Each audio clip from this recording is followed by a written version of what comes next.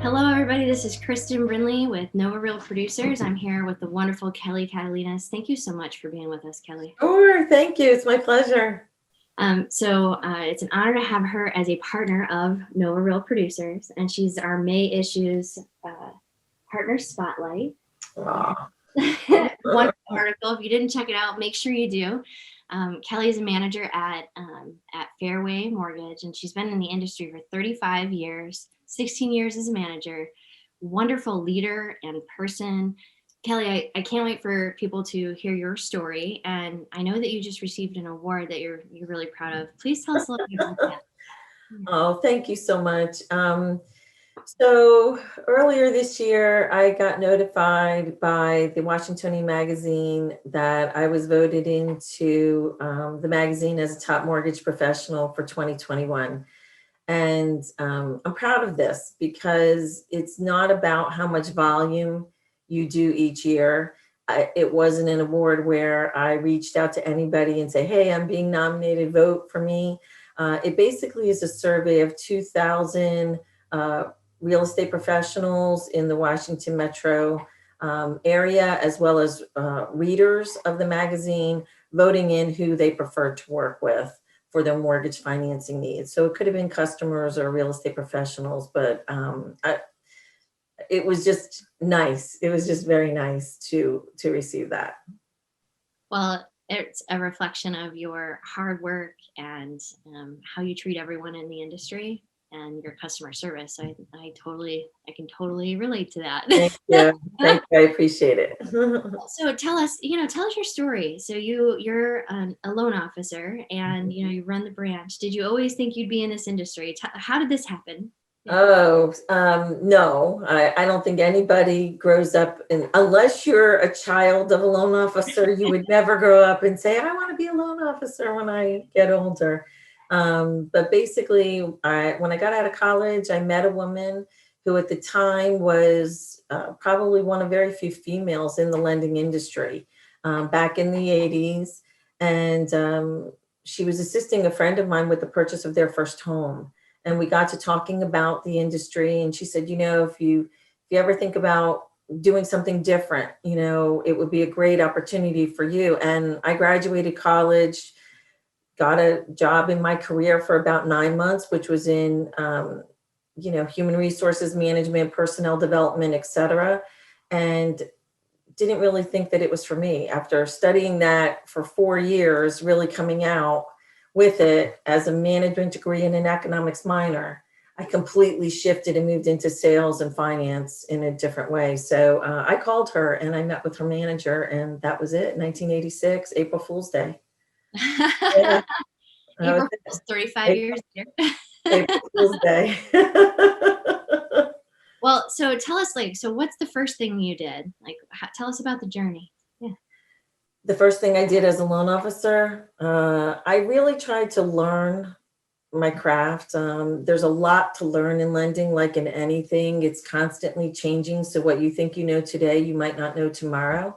But I also believe in finding a very good mentor, watch what they're doing, take pieces of different people around you and their success and see what you can incorporate into your own persona that's comfortable for you as you go out and attract others to you and create your partnerships over time. Our whole goal is to develop long-term relationships, referral business.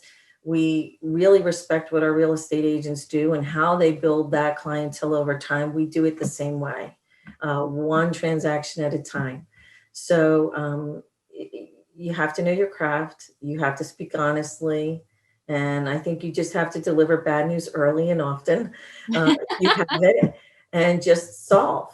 Let us solve the problem. Let's figure out a way out of any issue that might arise within the transaction as soon as we know about it, so we can deliver keys to a borrower at the end of the transaction. No, that's wonderful. And Mhm. we enjoy, I know I've had talked to you about leadership and modeling and growth and Mhm. books and different things, and you're always growing. And Mhm. I feel like that's so important in a long-term career in what you've Mhm. done. What's been your biggest challenge, do you think? So I'm not young. I think the biggest challenge is adapting to change in the industry and how people want to be communicated with, the changes in technology and staying in front of that and learning that. When I started, we were using a fax machine was something out of, an alien delivered to our office. It was what, a fax machine? We put it in Oh, here and it totally. comes out there, right?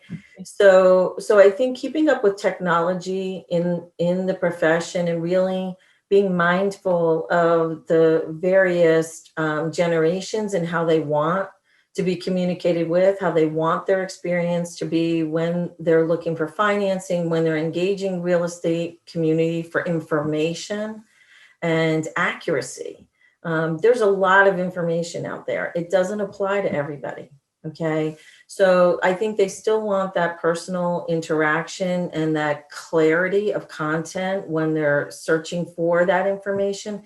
But we also have to deliver it in the way that they prefer it to be delivered. So you have a lot of ages and generations that you're working with when purchasing a home or downsizing a home, people that are not, technologically savvy. How do they want their transaction to go? And I think we just need to be very mindful of we have to appeal to the masses and communicate effectively in whatever scenario that we're dealing with or whatever situation, first time buyer, move up buyer, downsize, or reverse mortgages, various different things. We have to be mindful of that. What's been most rewarding for you? So I think, probably if you asked me that when I was a lot younger and new into the business, it would be, achieving numbers, growing business, hitting those numbers, hitting those goals, competing with, those people in my office, like getting on the board kind of thing. In hindsight, after all of these years, it's about the relationships you build. It clearly is. Being able to work with clients that I'm now working with their children buying their first home, or long-standing real estate relationships that we are friends. We've known each other for so long. We trust each other. We can be honest and clear with one another, and really developing that rapport, and that it's more than just the business. It's a synergy that we're creating as a partnership, and it's a friendship beyond that. So I think that's the proudest. It's the relationships that you build in a business that you love.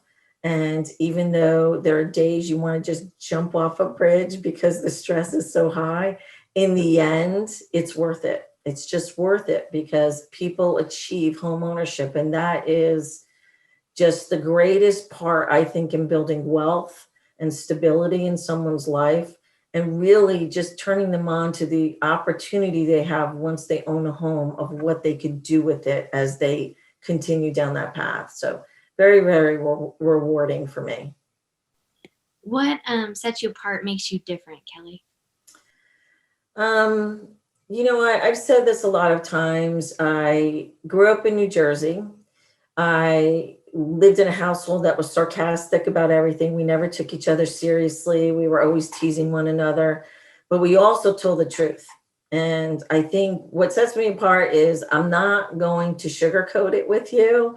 If you bring something to me, I'm going to be tactful, but I'm going to be direct, because I just don't feel that it's worth anybody's wastefulness of time to take someone down a path that might not achieve what they're looking for. So I ask a lot of questions when I meet people. I want to get the real story. I want to understand as fully as possible to find the best solutions for them. And I'm direct with my answers. And sometimes that's a great fit, most times, hopefully, but sometimes it's not. Sometimes people, just need to hear something from different others, maybe a different way. But I'm pretty direct, I think. With trying to get to the bottom of things up front. It's a puzzle. Let's solve it. Let's figure out the best way to solve it for the best experience we could deliver for you. What's the number one way, like you brought up relationships, like what's the number one way that you get business, Kelly? So you have to ask. And I think when you're new, you're a little afraid of rejection, so you shy away from the ask.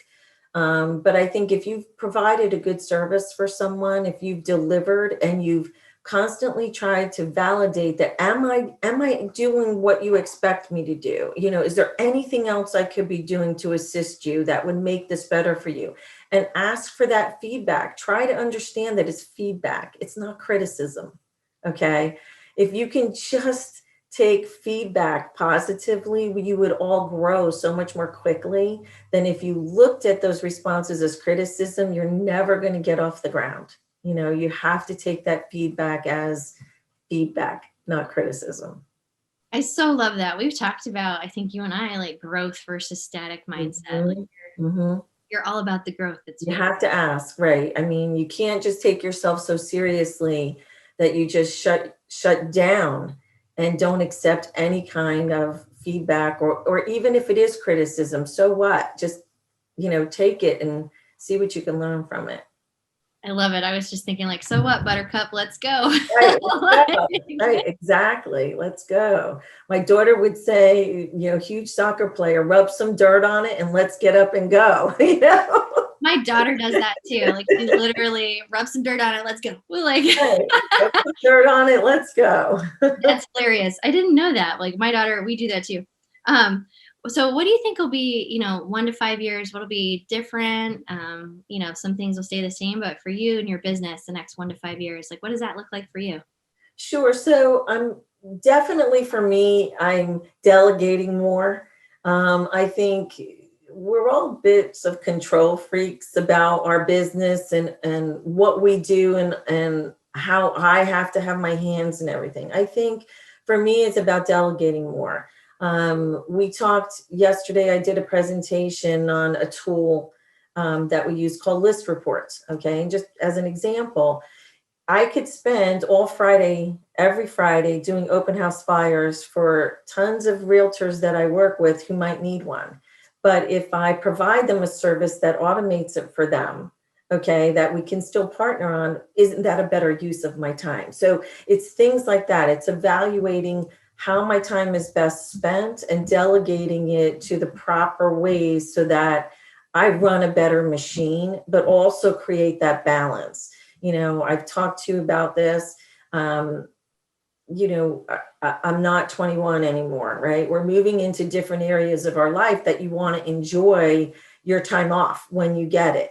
At the same time, you want to grow steadily in a very measured, concise way, and still enjoy it, to keep that spark of it with you. You have to start delegating. And I've realized that a little bit more and more over the last couple of years, how important that is to actually being more successful. I love it. Well, and you bring that to the leadership table too, and I feel that that's really important. Well, here's one. For real producers, like, why did you become a part of Real Producers? Sure. So I think it really filled a void that was missing in the DC market that was very specific to the industry that we're in. It was so targeted into communities that I serve that it just made the most sense. If we're going to create these partnerships, if we're going to be a team, if we're going to respect one another and try to bring everybody up in their business because we want to work with quality people, we want to serve our community, we want repeat business, we're building something more than just our names. So the community that Nova Real Producer serves is one that I want to be a part of, right? I'm one of many, many lenders in this marketplace that's trying to set themselves apart from others that people can be finding online without reputations and so forth. When you associate with quality people and who take the business seriously, understand that it's a long haul business, and are willing to put the time in for good quality transactions and interactions with people, then it's an easy fit to do. Thank you. Mhm. Well, it's an honor to have you, be part of Real Producers. I feel like you are a great embodiment of what, we do. So, Aw. um, Believe me, it's my pleasure, truly my pleasure. well, so is there any advice you'd love to give people in working with, real estate agents, or any myths you'd like to bust about like lending, or yeah, any advice you'd like to give? So I think, our market is hard this year. I think we have a huge shortage of homes. I think that's going to continue. I think that's a challenge for our real estate community to stay positive, to not be frustrated with buyers who are writing 8 and 9 and 10 contracts, in particular sales price ranges. It's difficult for us because we're constantly having to, we might have to change a particular loan we've done for someone 3 or 4 or 5 times because they keep getting priced out of the market that they would rather have been in. So I think the market presents certain challenges. I think be measured in your approach, right? Do the hard stuff early in the day.